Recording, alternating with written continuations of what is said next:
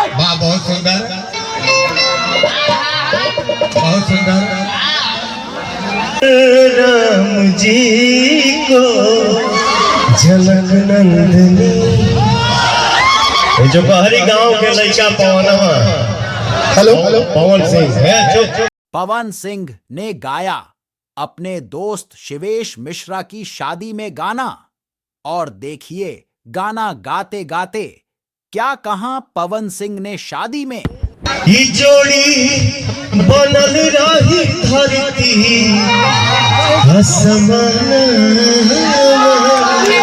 ई जोड़ी बनल रही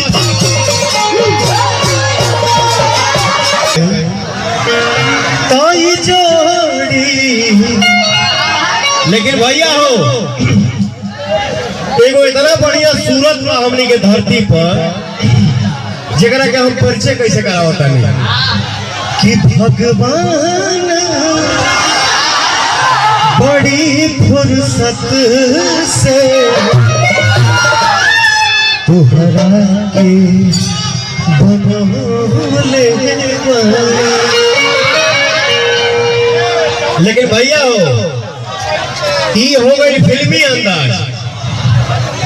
तई जोड़ी चाचा कमलबाज चाचा का लाइन गौला है, तई जोड़ी ये जोड़िया। अगर आपको भी यह वीडियो अच्छा लगा तो चैनल को सब्सक्राइब जरूर करें और वीडियो को लाइक जरूर करें।